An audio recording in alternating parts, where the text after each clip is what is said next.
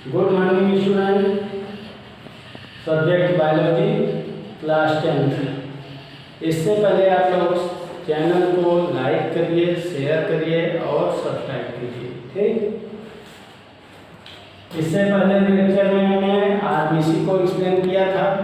Next day में कहने का मतलब आज डब्ल्यूबीसी को हम एक्सप्लेन कर रहे हैं, ठीक। डब्ल्यूबीसी को वाइट ब्लड कॉर्पसेल्स या वाइट ब्लड सेल्स या ल्यूकोसाइट के नाम से जाना जाता है। डब्ल्यूबीसी को हमने क्या बोला? White blood sales, white blood corpuscles या ल्यूकोसाइट। अभी हमने आरबीसी को बोला था red blood corpuscles, red blood cells या इरिथ्रोसाइट के नाम से जानते हैं। ध्यान रखिएगा, नाम पूछ देता है एक नंबर में आपका, सीधे सीधे आप लोग एक्सप्लेन नहीं कर पाते हैं, पूरा नाम नहीं सही से लिख पाते। इसलिए डब्ल्यूबीसी एक फाइटिंग ब्लड के नाम से जानते हैं। अगर हमारे बॉडी में डब्ल्यूबीसी की मात्रा अगर कम हो जाती है तो हमें हमारे बॉडी का इम्यून सिस्टम सही ढंग से नहीं वर्क करता है। कहने का मतलब अगर हमें किसी भी प्रकार से कट जाए या चोट लग जाए तब हमें डिफरेंट टाइप्स ऑफ डिजीज हो जाते हैं। कहने का मतलब वाइट ब्लड सेल्स अगर हमारे बॉडी में नॉर्मल है तो ये डिजीज से लड़ने में हमें सहारा प्रदान करता है, प्रोटेक्ट करने का काम करता है। देखिए, white blood sales fight infection and protect us from disease। WBC बीमारियों से लड़ने में मदद करती है और डिजीज से, रोगों से सुरक्षा प्रदान करती है। इसीलिए WBC को फाइटिंग और प्रोटेक्टिंग ब्लड के नाम से भी जाना जाता है, ठीक। White blood cells are called soldiers of the body. इसीलिए वाइट ब्लड सेल्स को बॉडी का सिपाही के नाम से भी जानते हैं। वाइट ब्लड सेल्स को, वाइट ब्लड कॉर्पसेल्स को या ल्यूकोसाइट को हम बॉडी का सिपाही के भी कहते हैं, ठीक। ये ध्यान दीजिए, ये इन्फेक्शन या किसी भी प्रकार का हमारे बॉडी में घातक प्रभाव होता है, उससे लड़ने में मदद करता है डब्ल्यूबीसी। प्लेटलेट्स का ये क्या काम करता है? Platelets help the coagulation of blood या ब्लड क्लॉटिंग ऑफ ब्लडिंग या कह सकते हैं इन कट और वाउंड। ब्लड प्लेटलेट्स ब्लड को थक्का जमाने के रूप में कार्य करता है, ठीक। ब्लड कोआगुलेशन का अर्थ होता है क्लॉट करना या क्लॉटिंग ऑफ ब्लड के नाम से भी जानते हैं। एक ब्लड को थक्का, अगर ब्लड प्लेटलेट्स की कमी हो जाती है हमारी बॉडी में, तब भी अगर चोट लग जाए तो क्या होता है? ब्लड क्लॉटिंग नहीं हो पाता है, जिससे हमें चोट लगेगा, ब्लड निकलता जाएगा, ब्लड की कमी हो जाएगी, फिर अन्य प्रकार के डिजीजेज उत्पन्न होंगे। तो ब्लड क्लॉटिंग में मदद करता है। इसमें आपका पोटेशियम के सबसे ज़्यादा रोल अदा करता है। जैसे फिटकरी है, फिटकरी आपका A2SO4 A2SO4 का 2.5 × 24 रेशियो, A2SO4 Al2SO4 का होल 2.5 × 24 ये फिटकरी मेन रोल इसमें अदा करती है। जैसे जहाँ पे भी कट जाता है, फिटकरी आप लगाते हैं, ब्लड क्लॉट कर जाता है, तो ये इसमें ये पोटेशियम मेन रोल अदा इसका इसमें ये कर रहा है, पोटेशियम कर रहा है। पोटेशियम ब्लड क्लॉटिंग में मदद करती है। और पोटेशियम किन किन फूड पार्टिकल में यूज किए जाएंगे ये भी ध्यान रखिए। पोटेशियम आपका लहसुन है, गार्लिक जिसको कहते हैं, ओनियन है, प्याज, उनसे अधिक मात्रा में हमें प्राप्त होते हैं। तो अगर इनको सेवन करने से, इन फूड पार्टिकल के सेवन करने से इसकी कमी दूर होती है तो इसका सेवन अवश्य करना चाहिए, क्योंकि ये इम्यून सिस्टम में भी वर्क करते हैं अधिकतर। ध्यान दीजिए, फंक्शंस ऑफ ब्लड, ब्लड के फंक्शंस में आइए। ब्लड का फंक्शन क्या है?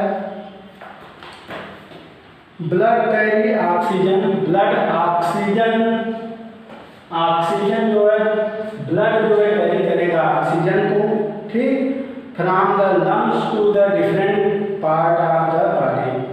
लंग से, लंग जो है भिन्न बॉडी पार्ट से कैरी करेगा ऑक्सीजन को। सेकेंड पॉइंट में ये blood carry carbon dioxide, blood carbon dioxide को भी ग्रहण करता है फ्रॉम द बॉडी सेल से to lung for breathing out. जब हम सांस को छोड़ते हैं तब उस समय में ये क्या करेगा, कार्बन डाइऑक्साइड को कैरी करता है। Blood carry digested food, blood जो है डाइजेस्टेड फूड को भी कैरी करने का काम करेगा, जो डाइजेस्ट हुआ फूड है उनको भी ग्रहण करता है from the small intestine to all part of the body, small intestine से पूरे बॉडी पार्ट में, ठीक। ब्लड कैरीज हार्मोन्स, ब्लड जो है कैरी करेगा हार्मोन्स को भी from endocrine gland, endocrine gland to different organ of the body. Endocrine gland के विभिन्न बॉडी ऑर्गन के इंडोक्राइन ग्लैंड से। इंडोक्राइन ग्लैंड कहाँ पे है, ये आपका ये ग्लैंड डाइजेस्टिव ग्लैंड में पाई जाती है। डाइजेस्टिव सिस्टम जहाँ चल रहा है स्मॉल इंटेस्टाइन के अंदर बिलाई जैसे प्रोजेक्शन होते हैं जो फूड पार्टिकल को पुश करने का काम करते हैं, ठीक। स्टमक में ये आपका केवल बैक्टीरिया वायरस को क्या करते हैं, किल करने का काम करते हैं, कोई डाइजेशन वहाँ नहीं होता है। फूड पार्टिकल का कहते हैं स्टमक में हमारा फूड पार्टिकल पहुँचा, वहाँ कोई डाइजेशन नहीं होता है, वहाँ केवल HCl हाइड्रोक्लोरिक एसिड सिक्रीट होती है। और ये हाइड्रोक्लोरिक एसिड जो है, हाइड्रोक्लोरिक एसिड एक दिन में 24 घंटे में 1.2 से 1.5 लीटर, इस पॉइंट को याद रखिएगा, 1.2 to 1.5 litre hydrochloric acid 24 hour में हमारी बॉडी में सिक्रीट होता है, जो जर्म और बैक्टीरिया को फूड पार्टिकल के थ्रू जो माउथ से स्टमक में पहुंच रहे हैं उनको किल करने का काम करता है। ये इसका रोल है HCl का। अब ये फूड पार्टिकल पहुंचते हैं कहाँ पर, स्मॉल इंटेस्टाइन में। जब स्मॉल इंटेस्टाइन में एंट्री करेंगे तो वहाँ एसिडिक मीडियम था, यहाँ मीडियम हो जाता है बेसिक, तभी फूड पार्टिकल हमारा न्यूट्रलाइज होते हैं और ये न्यूट्रलाइज होकर डाइजेशन का वर्क करना शुरू करते हैं। अब यहीं से डाइजेशन हमारा प्रोसेस शुरू होता है। तो यहाँ पर डाइजेशन हमारा हो रहा था इंडोक्राइन, और एक है एड्रेनलिन ग्लैंड, यहाँ ध्यान दीजिएगा, एक एड्रेनलिन ग्लैंड है जो कि हाइड्रोक्साइड ग्लैंड के नाम से भी जाना जाता है, लड़ो या मरो ग्लैंड के नाम से भी जाना जाता है, जिसमें ये अधिक डेवलप होता है। वो बच्चे हमेशा खुराफाती ही रहते हैं, मतलब हमेशा लड़ाई के लिए एक्टिव रहते हैं, ठीक। कोई किसी भी बात पर कोई भी बात हुई आपस में तो ये ग्लैंड उनको उत्तेजित करती है, उनकी कमी नहीं है।